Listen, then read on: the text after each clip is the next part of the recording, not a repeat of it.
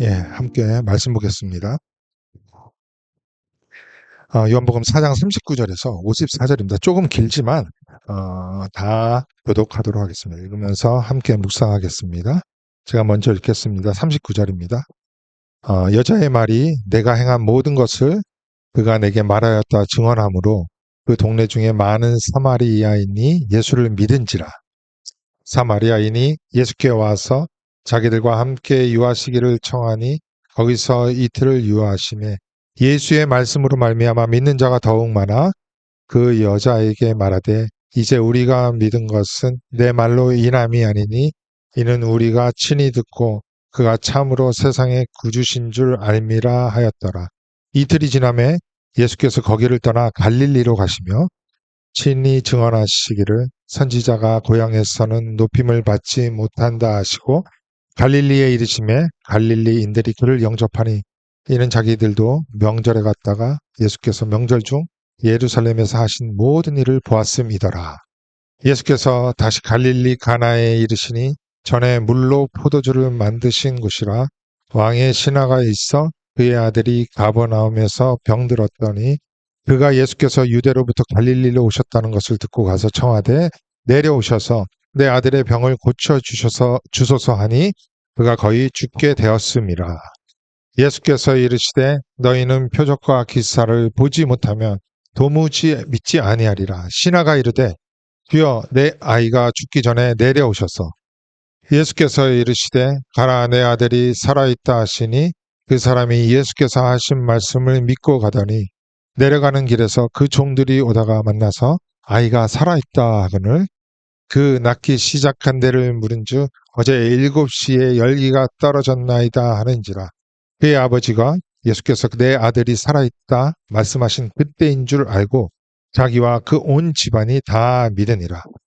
이것은 예수께서 유대에서 갈릴리로 오신 후 행하신 두 번째 표적이라. 예. 물이 변하여 포도주가 되는 첫 번째 표적을 마무리하고 오늘은 함께 읽은 두 번째 표적을 살펴보겠습니다. 왕의 신하의 아들을 고치시는 표적입니다. 그런데 제가 본문을 정할 때 두 번째 표적이 시작되는 46절부터 정하지 않고 마치 오늘 본문과 관계없는 39절부터 정했는데 그 이유는 아주 중요한 메시지가 담겨 있기 때문입니다. 39절에서 42절은 지난주에 살펴본 말씀으로 예수 그리스도를 로고스로 받아들인 사마리아 여인의 증언과 그 로고스를 받아들인 사마리아 사람들은 세상의 구주로 받아들였다 하면서 한 패러그래프가 끝나요. 그리고 43절부터는 예수께서 사마리아를 떠나 갈릴리에 있는 가나에 가셔서 두 번째 행하시는 표적을 우리는 확인할 수 있습니다. 그러니까 42절까지의 내용과 43절부터의 내용은 완전히 다른 스토리 전개로 보기 쉽습니다. 그러나 성경 보는 방법론 때 말씀드렸듯이 성경을 편의상 장과 패러그래프로 끊어 읽을 수 있지만 문맥의 전후를 잘 살펴야 한다고 했잖아요. 그것은 우리가 문맥과 전혀 상관없는 우리의 마음대로 해석 그리고 잘못된 말씀 인식을 피하기 위함이라고 말씀을 드렸죠. 요한복음 본론 첫 번째는 표적의 책이라고 했죠. 표적이 일어나면 그 표적에 따르는 예수님의 설명이 있었어요. 왜냐하면 그 표적을 보고 많은 사람들, 무리들이 오해를 했기 때문이잖아요. 그런데 그런 패턴으로 진행되고 있는 그 표적의 책에 사마리아 여인의 스토리가 지금 등장하고 있었잖아요. 우리가 살펴보았듯이 예수님과 사마리아 여인의 만남에는 어떤 기적이 전혀 일어나고 있지 않습니다.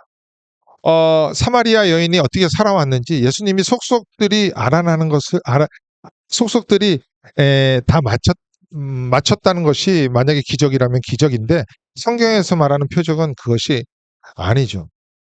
물론 이런 일을 통하여서 결국 사마리아 여인이 어떻게 되죠? 예수가 하나님의 아들이며 그리스도임을 믿는 역사가 일어납니다. 뿐만 아니라 사마리아 여인이 살던 마을 사람들이 다 예수를 믿게 되죠. 또한 그 복음에 대한 간절함으로 복음이신 예수 그리스도의 그 말씀을 직접 더 듣게 되므로 자신의 믿음들이 확증되고 더 굳건히 세워지는 일들이 생깁니다. 이것이 지난 3주 동안 말씀드린 내용이에요. 그런데 잘 생각해 보십시오. 사마리아 여인과 사마리아 사람들이 예수를 믿게 된 동기가 무엇이었죠? 표적이었나요? 말씀이었나요? 말씀이라는 것입니다. 로고스였다는 거예요. 그래서 말씀으로 참된 믿음이 생기게 되었음을 전달하고 있는 요한복음 4장 39절 그 앞에 추수 이야기가 나오는 것입니다. 결국 예수가 하나님의 아들이며 그리스도임을 믿게 되는 참된 믿음의 참된 믿음은 표적이 아니라 말씀이라는 의미로 이 내용이 나온 거예요. 그러니까 앞으로 이 세상이 추수될 것은 말씀으로 인한 것이지 표적이 아니라는 것입니다. 그래서 예수님은 표적에 열광을 하고 표적을 추구하며 따르는 자들을 신자 성도라고 하지 않고 무리들이라고 한 거죠. 이 무리들의 믿음을 예수님은 절대 받아들이지 않았습니다. 아무리 열심을 내고 종교적으로 힘들게 살아갈지라도 그것을 안 받아들였다는 거예요. 우리가 살펴봤죠. 요한복음 2장 23절에서 25절입니다. 한번 다시 읽어드릴게요. 6월절에 예루살렘에서 예수께서 예루살렘에 계시니 많은 사람이 그의 행하시는 표적을 보고 그의 이름을 믿었다고 했지만 예수는 그의 몸을 그들에게 의탁하지 아니하셨으니 이거는 믿지 않았다는 의미예요. 이는 신이 모든 사람을 아시요. 그 중심에 무엇이 있는지 알았습니다. 또 사람에 대하여 누구의 증언도 받으실 필요가 없었으니 이는 그가 친히 사람의 속에 있는 것을 아셨습니다. 반복하고 있죠. 그래서 하나님은 당신의 구속사의 표적과 기사를 중심으로 그 역사를 이끌어간 것이 아니라 말씀을 통하여 참된 믿음을 가진 자를 통하여서 당신의 역사를 이루어 가신 것이죠. 비록 시간이 오래 걸릴지라도 말씀을 통한 전인격적인 변화, 오직 예수를 주와 그리스도로 시인하는 그 시험을 통과하기를 기다리셨기 때문에 그리고 원하셨기 때문에 이렇게 말씀으로 이루어 간 것입니다. 그래서 표적의 책에 사마리아 여인과의 만남 가운데 말씀을 강조하면서 첫 번째 표적이 마무리되고 있는 거예요. 이뿐만 아니라 이 말씀과 표적이 대조를 이룬다는 것을 보여주기 위해서 사도 요한은 의도적으로 39절에서 42절의 문장을 두 번째 표적이 일어나는 바로 앞에 배열한 것입니다. 그러면서 43절과 45절에서 두 번째 표적이 일어나기 전에 상황이 어떠했는지를 또 언급을 하고 있어요. 43절에서 45절을 보겠습니다. 이틀이 지났다고 하잖아요. 사마리아에서 이틀을 거하시면서 말씀을 전했어요. 그리고 나서 예수께서 거기를 떠나 사마리아를 떠나 갈릴리로 가시며 친히 증언하시기를 선지자가 고향에서는 높임을 받지 않았다고 합니다. 지금 예수님이 장소를 어디로 옮기는지를 보셔야 합니다. 지도를 한번 볼게요. 보세요. 사마리아가 보이시죠? 예. 유대인이면 치를 떨었던 지역이 바로 저기예요. 그리고 그곳에서 복음을 전하신 후에 당신의 고향이 유대 땅 갈릴리로 올라가십니다. 예. 북쪽으로 좀 올라가세요. 지역적인 우리는 대조를 보아야 합니다. 그런데 이러한 지역적 대조뿐만 아니라 사람들의 반응도 대조를 이루고 있다는 거예요. 예수를 대적해야 할 사마리아인들이 말씀을 통하여서 구원이 유대인에게서 온다는 사실조차까지 믿게 된 거예요. 받아들이고 싶지 않았던 그 사실까지 믿게 된 것입니다. 반면 예수를 주와 그리스도로 믿고 온 세상의 제사장 역할을 해야 했던 유대인들이 예수를 어떻게 대했다고 해요? 높임을 받지 못했다. 그 말은 예수님을 배척했다는 거예요. 마태복음 13장에서는 배척했다고 합니다. 이 모든 것이 대조를 이루고 있다는 거죠. 그리고 나서 45절입니다. 45절 보세요. 갈릴리에 이르심에 갈릴리인들이 그를 영접했다고 하죠. 갈릴리인들. 유대인들이 예수를 배척했는데 여기는 영접했다고 하고 있잖아요. 그런데 그 영접의 이유가 그 이후에 나와요. 이는 자기들도 명절에 갔다가 어디에 갔어요? 예루살렘에 간 거예요. 예루살렘에서 하신 모든 일, 즉 표적을 보고 가짜 믿음을 가졌다는 거예요. 거짓 영접을 했다는 의미입니다. 지금까지 말씀드린 39절에서 45절의 내용을 문장 구조 형식으로 한번 보시기 바랍니다. 다음 제가 올려드린 거 한번 띄워주세요. 요거를 보십시오. 조금 어려울 수도 있지만 이게 성경의 대표적인 교차 대구 구조예요. 대구 구조.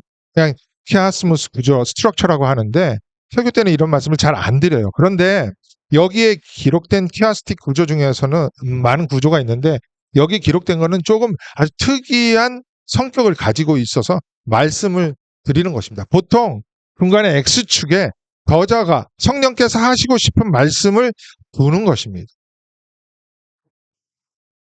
그러니까 본문이 전하고자 하는 핵심 메시지가 뭐예요? 예수가 세상의 구주라는 바른 믿음의 고백이었다는 거예요.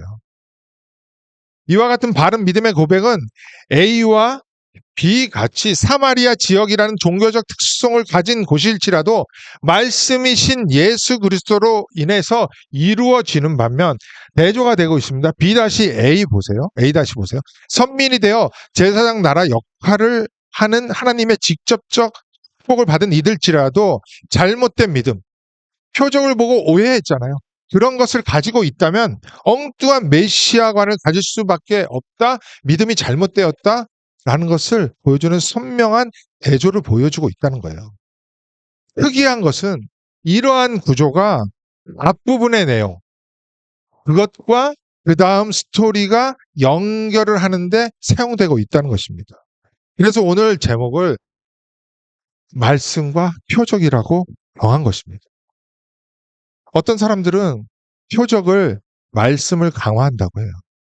어떤 이들은 그런 표적이 늘 일어나야지 우리의 믿음이 더욱더 굳건해진다고 생각한다는 거예요. 그들의 대표적인 기적은 보통 병 고치는 표적이에요. 그리고는 자기들의 그러한 능력을 자랑하기까지 합니다. 대놓고는 안 하지만 은연중에 나는 너와 다르다. 자기의 의를 드러내고 있습니다. 그런데 그들에게 성경을 물어보면요. 정말 엉뚱한 대답들을 한다는 거예요. 이 능력이 하나님께서 주신 것인지 아니면 이상한 곳으로부터 출발했는지 잘 모르겠어요. 생각해 보세요. 예수님이 행한 표적 중 병 고치는 사역만 있었습니까? 아니잖아요. 유독 병 고치는 기적을 일으키는 인간들은 많은데 예수님처럼 물을 포도주로 변하게 하는 기적을 하는 사람을 못 봤어요. 무리를 걷는 사람들은 없습니다. 오병이어의 기적을 일으키는 사람도 없어요. 우리 점심 때마다 밥을 해야 되잖아요. 그거 안 하고 조금 가져와서 그런 기적을 일으키면 대박 날 거예요. 왜요? 죽은 사람까지 고치죠. 그러면은 동방석에 앉을 텐데. 그런 기적을 안 일으키면서 유독 병 고치는 사역, 눈 속이기 쉽잖아요. 자기들이 가진 믿음이 어떤 믿음인지도 모릅니다. 거짓 그리스도와 거짓 선지자 또한 그들을 추종하는 인간들이 이적과 기사를 통하여서 믿는 자들을 유혹할 수 있다는 예수님의 충고를 여러분들도 들어보셨잖아요. 예수님의 경고가 말세에 어떻게 일어나고 있는지 한번 보세요. 나중에 요한계시록을 설교를 할 때 말씀드리겠지만 잠깐 계시록 12장 13장의 말씀을 드릴게요. 성경은 안 찾아보겠습니다. 요한계시록 12장 9절을 보면 용이 등장해요. 여러분들도 아세요. 그 용은 옅뱀이라고 하고 속이는 자 사탄 마귀라고 합니다. 참소하는 자예요. 그리고 요한계시록 13장 1절을 보면 바다에서 한 짐승이 올라오는데 그 짐승이 아까 조금 전에 말한 용으로부터 그 용이 가지고 있는 능력과 권세와 보좌를 다 받아요. 그리고 나서 수많은 사람들에게 엄청난 능력을 행하자 많은 사람들이 그를 추종합니다. 하나님 흉내를 내는 거예요. 그를 따르는 거예요. 그런데 요한계시록 13장 8절에서 뭐라고 하는지 아세요? 요거만 읽어드리겠습니다. 죽임을 당한 어린 양의 생명책의 창세 이후로 이름이 기록되지 못했다는 거예요. 이 땅에 사는 자들은 다 그 짐승에게 경배하는 거예요. 그 짐승이 뭐로 나타나요? 정치, 경제, 예수 외에 다른 우상들로 나타나고 있는 거예요. 예수 외에 가짜 예수를 만들어 믿기도 합니다. 그리고 나서 13장 11절을 보면 또 다른 짐승이 이제 땅에서 올라옵니다. 그 짐승이 조금 전에 바다에서 올라온 그 짐승으로부터 또 모든 능력을 부여받아요. 그리고 또 기적과 이사를 행하면서 거짓 표정을 행합니다. 그리고 16절에서 이렇게 표현을 해요. 그가 모든 자, 곧 작은 자나 큰 자나 부자나 가난한 자, 자유인이나 종들에게. 그러니까 빈부귀천, 남녀노소 상관없이 다 그들에게 속는데 그 오른손에나 이마에 표를 받게 합니다. 이게 666이에요. 나중에 말씀을 드릴게요. 이것들이 삼위 하나님의 흉내를 내면서 자기들을 경배하게 한다니까요. 그래서 그들을 추종하는 자들이 뭐라고 하냐면은 나는 하나님 믿어, 예수 믿어 이렇게 말한다는 거예요. 오해죠. 그만큼 이적, 기사, 기적이 말씀으로 분별하지 않으면은 정말 위험하다는 거예요. 그래서 성경에서 말하는 성부, 성자, 성령 하나님이 누구시며 무엇을 하셨는지 끊임없이 우리가 공부하는 겁니다. 기쁨으로 평생에 듣던 말씀, 평생에 듣던 말씀 계속 듣는 거예요. 그리고 알아가는 거죠. 우리가 선줄로 믿는다면 넘어질까 항상 조심하면서 우리에게 주어진 그 구원을 하나님 앞에 서서 늘 점검하면서 우려하면서 우리의 구원을 이루어가는 거예요. 다시 본문으로 돌아올게요. 예수님께서 당신의 고향인 갈릴리로 들어오셨어요. 그리고 가나라는 동네에 강도하십니다. 이것도 지도를 보면서 생각해 볼게요. 기도에 표기가 되어 있군요. 사마리아 땅 아래에 예루살렘, 베들레헴, 여기가 유대예요. 이 땅도 유대 땅이라고 하는데 예수님께서 태어난 곳은 이 남쪽 베들레헴입니다. 그곳에서 태어나가지고 잠깐 호적을 한 뒤에 다시 부모인 요셉과 마리아의 삶의 터전인 나사렛으로 올라가서 거기서 성장을 하세요. 그래서 예수님을 나사렛 예수 또 갈릴리 예수라고 부르기도 하는 것입니다. 이 갈릴리라는 것은 지금으로 말하자면 미국에 말하자면 스테이트예요. 큰 지역, 넓은 지역을 말합니다. 나사렛도 그렇고 가나와 가버나움이 모두 이 갈릴리 지역 안에 있었던 마을, 시티 이름이었습니다. 예, 다 알고 계시겠지만 참고로 말씀을 드릴 거예요. 예수께서 사마리아에서 이 사역을 마치시고 고향인 갈릴리, 그중 가나라는 곳에 도착하셨습니다. 보이시죠? 가나. 그러면서 오늘 스토리가 진행되고 있는 거예요. 특별히 46절에서 예수님이 도착하신 그 가나라는 장소에 대해서 설명하기를 뭐라고 하냐면은 전에 물로 포도주를 만드신 곳이라고 합니다. 분명히 이와 같은 언급을 한 이유가 있을 텐데 그 이유에 대해서는 두 번째 표적을 다 살펴본 뒤에 잠깐 말씀을 드릴게요. 그곳 가나라는 내륙의 작은 시골 마을에 왕의 신하가 급히 들이닥쳤어요. 그리고 나서 이렇게 표현을 합니다. 46절 하반절부터 47절 보세요. 왕의 신하가 있어 그의 아들이 가버나움에서 병들었더니 그가 예수께서 유대로부터 갈릴리로 오셨다는 것을 듣고 가서 청하되 내려오셔서 내 아들의 병을 고쳐주셔서 하니 그가 거의 죽게 되었습니다. 그렇게 왕의 신하가 총구석인 가나까지 급히 오게 된 이유가 뭐라고 하고 있어요? 가버나움이라는 도시에서 가버나움이라는 도시에서 이 총구석인 가나로 온 이유가 예수님 빨리 가버나움으로 오셔서 거의 죽어가고 있는 자기 아들을 고쳐달라는 그 청을 하기 위함이었던 거예요. 그런데 우리는 이것을 봐야 돼요. 사도 요한이 아주 특이한 표현을 합니다. 뭐라고 해요? 그의 아들이 가버나움에서 병들었다고 합니다. 제가 만약에 병이 걸렸다면 어떻게 표현하겠어요? 정성기 목사가 필라델피아에서 병이 걸렸다. 이렇게 표현은 잘 하지 않잖아요. 그렇죠. 그냥 어떤 병이 걸렸다 이렇게 표현할 거예요. 만약 그렇게 표현했다면 그 지역이 어떤 특별한 병이 걸리기에 쉬운 환경에 노출되었다는 이야기 아니에요? 여러분들 기억하실지 모르겠지만 1984년에 체르노빌 원전이 누출돼요. 그래서 방사능이 엄청나게 누출돼서 반경 수백 킬로는 폐허가 됩니다. 그것은 제대로 된 생명체가 살 수가 없어요. 그 영향으로 우리나라와 일본도 영향을 받아요. 아직도 그 피해가 계속되고 있습니다. 그럴 경우에는 체르노빌에서 병이 들었다. 이런 표현을 하겠지만 보통은 그러지 않는다고요. 그런데 사도 요한이 왕의 신하의 아들이 가버나움에서 병이 걸렸다? 더군다나 47절 마지막에는 죽게 되었다. 그 병으로 인해 무엇을 말하고 싶었던 것 같지 않습니까? 그래서 가버나움이 어떤 곳인지 좀 생각을 해볼게요. 결론부터 말씀을 드리면 이와 같은 표현은 가버나움의 영적 상태를 드러나기 위한 사도 요한의 의도적인 표현에 있다는 거예요. 지역적으로 가버나움이라는 곳은 아까 지도에서 보셨죠? 갈릴리 호수를 끼고 있었습니다. 그래서 무역이 굉장히 성행했던 곳으로 굉장히 부유한 동네였어요. 그랬기에 로마의 행정, 군사들도 거기에 주둔하고 있었습니다. 가버나움에는 세관도 있었어요. 그렇기 때문에 아주 중요한 지역적 위치를 차지하고 있습니다. 한마디로 지금으로 말하자면 뉴욕, LA 같은 그런 도시라는 거죠. 이와 같이 세간의 주목을 받고 있었던 지역인 가버나움은 성경에서도 자주 등장을 해요. 예수님께서 세례 요한에게 세례를 받으시고 광야에서 시험을 받으신 후 공생애를 시작하시잖아요. 바로 그때 마태복음 4장 13절이 시작됩니다. 한번 보실까요? 나사렛을 떠나 스불론 납달리 지경 해변에 있는 가버나움에 가서 사시니, 이게 무슨 말이에요? 예수님이 초기 사역, 첫 사역을 이곳에서 했다는 거예요. 그것을 거점으로 갈릴리에서 사역을 했다는 겁니다. 특별히 여기에서는 표적을 많이 일으켜요. 여러분들이 잘 알고 계시는 중풍병자를 고치시기도 하고요. 백부장의 종을 치유하시고 회당에 가서 귀신 들린 자의 귀신을 쫓아내기는 등등의 사역을 하세요. 그러니까 생명에 비치신 예수의 사역이 가장 빛을 발했던 곳이 바로 이곳이었습니다.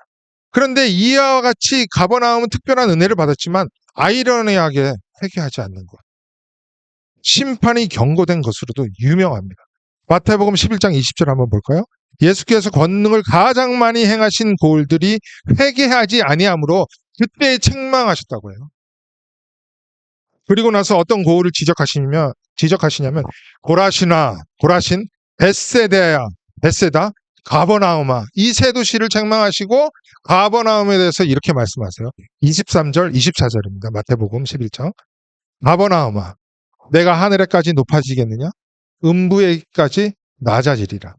내가 행한 모든 권능을 소돔에서 행하였더라면 그 성이 오늘까지 있었으리라. 내가 너희에게 이르노니 심판날에 소돔 땅이 너보다 견디기 쉬우리라 하시니라. 마태복음 19장에 나오는 그 소돔 땅이 오히려 지금 가버나움보다 낫다 이야기 아닙니까? 그 정도로 가버나움의 분위기, 영적 상태가 비참했다는 거예요. 예수님의 사역 기적을 그 어느 곳보다 풍성히 받았던 가버나움이 예수님의 그 은혜를 헛되게 여겼다는 거죠. 말씀에 순종하지 않았습니다. 무릎 꿇지 않았죠. 회개하지도 않는 심각한 가버나움의 그 영적 당시의 상태를 드러내기 위해서 요한은 의도적으로 가버나움에서 병들어서 거의 죽었다라고 표현한 거예요. 실제로 가버나움에서 진짜 병들었고 죽어가고 있었겠죠. 그것이 오늘 본문 요한복음 4장 37절의 말씀입니다. 그러자 예수님께서 뭐라고 하세요? 48절에서 예수께서 이르시되 너희는 표적과 기사를 보지 못하면 도무지 믿지 아니하리라. 누가 요청했어요? 지금 한 명 왕의 신하가 요청을 했잖아요. 그러니까 너는 이라고 해야 되는데 지금 너희는 이라고 하죠. 그러니까 왕의 신하가 찾아와서 요청하는 그것은 한 개인의 청으로 본 것이 아닙니다. 예수님. 전체를 본 거예요. 갈릴리 모든 사람, 그들의 가짜 믿음을 보고서 책망을 하는 거예요. 도전을 하고 계시는 것입니다. 고발하고 있는 것입니다. 그러한 가버나움에서 온 왕의 신하의 요청을 예수님께서 듣고 어떻게 말하세요? 50절 읽겠습니다. 이건 같이 읽을까요? 시작. 예수께서 이르시되 가라, 내 아들이 살아있다 하시니 그 사람이 예수께서 하신 말씀을 믿고 가더니 왕의 신하의 눈앞에 지금 표적이 일어났나요? 아니에요. 말씀만 들었습니다. 살아있다, 로고스이신 그 말씀만 들었다고 하고 있어요. 그리고 믿고 그냥 갑니다. 어떤 말씀이었어요? 구원의 수단이신, 생명의 수단이신 예수님의 말씀을 믿은 거예요. 그러자 어떤 일이 생겼습니까? 살아난 거예요. 생명이 얻어진 거예요. 그러니까 이 표적 자체가 기적을 일으키는 그 자체의 목적이 있는 것이 아니라 표적이 가리키는 그 로고스, 말씀을 보아야 한다는 거예요. 오직 이것을 기록하면 너희로 예수께서 하나님의 아들 그리스도임을 믿고 또 그 이름을 힘입어 생명을 얻게 하려 합니다. 지금 이 표적을 기록한 목적이 오늘 왕의 신하가 예수의 말씀을 믿음으로 영생이 그에게 뿐만 아니라 모든 가족에게 임하고 있다는 것을 우리는 보아야 한다는 거예요. 그게 표적의 의미인 거죠. 그래서 두 번째 표적이라고 정리하고 있는 오늘 본문의 말씀, 그 새로운 표적을 새로운 챕터에서 시작하는 것이 아니라 큰 첫 번째 틀 안에 있는 그런 스토리 가운데 맨 마지막에 붙여서 표현하고 있다는 거예요. 표적이 아닌 말씀에 의해 생명을 얻은 두 번째 표적이라는 것이죠. 조금 전에 39절에서 45절까지의 문장 구조를 설명했듯이 마지막 그 47절부터 47절부터 51절까지의 그 문장 구조를 잠깐 보여드리고 네, 말씀을 마치도록 하겠습니다. 보세요. 이 구조를 보시죠. 보시기 바랍니다. 표적과 기사가 그토록 많았던 가버나움. 그러나 그것은 그 은혜를 온전히 누리지 못한 해역한 곳이었습니다. 그 표현으로 병들어 거의 죽었다. 죽음 직전이다. A와 B에서 말씀하고 있는 거예요. 잘못된 신앙의 한계를 넘지 못한 것이었습니다. 그랬기에 예수님으로부터 심판과 경고가 계속 있었던 영적으로 얻어왔던 것이 그 가버나움이에요.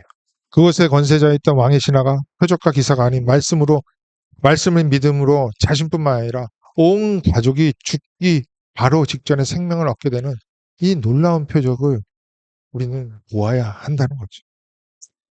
사랑하는 우리 그리스도 반석교회 성도 여러분, 저는 우리 교회가 비록 작고 연약해 보이지만 그 어떤 교회보다 말씀이 풍성한 곳이라고 자부합니다.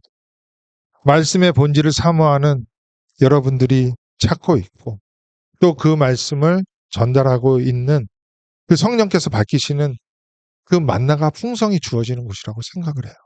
이와 같이 풍성한 은혜가 주어지고 있음에도 불구하고 아브라함과 같은 그 은혜를 헛되이 받으며 전혀 변화 없이 인간적 길을 고수하고 있는 분들은 없으리라 생각합니다.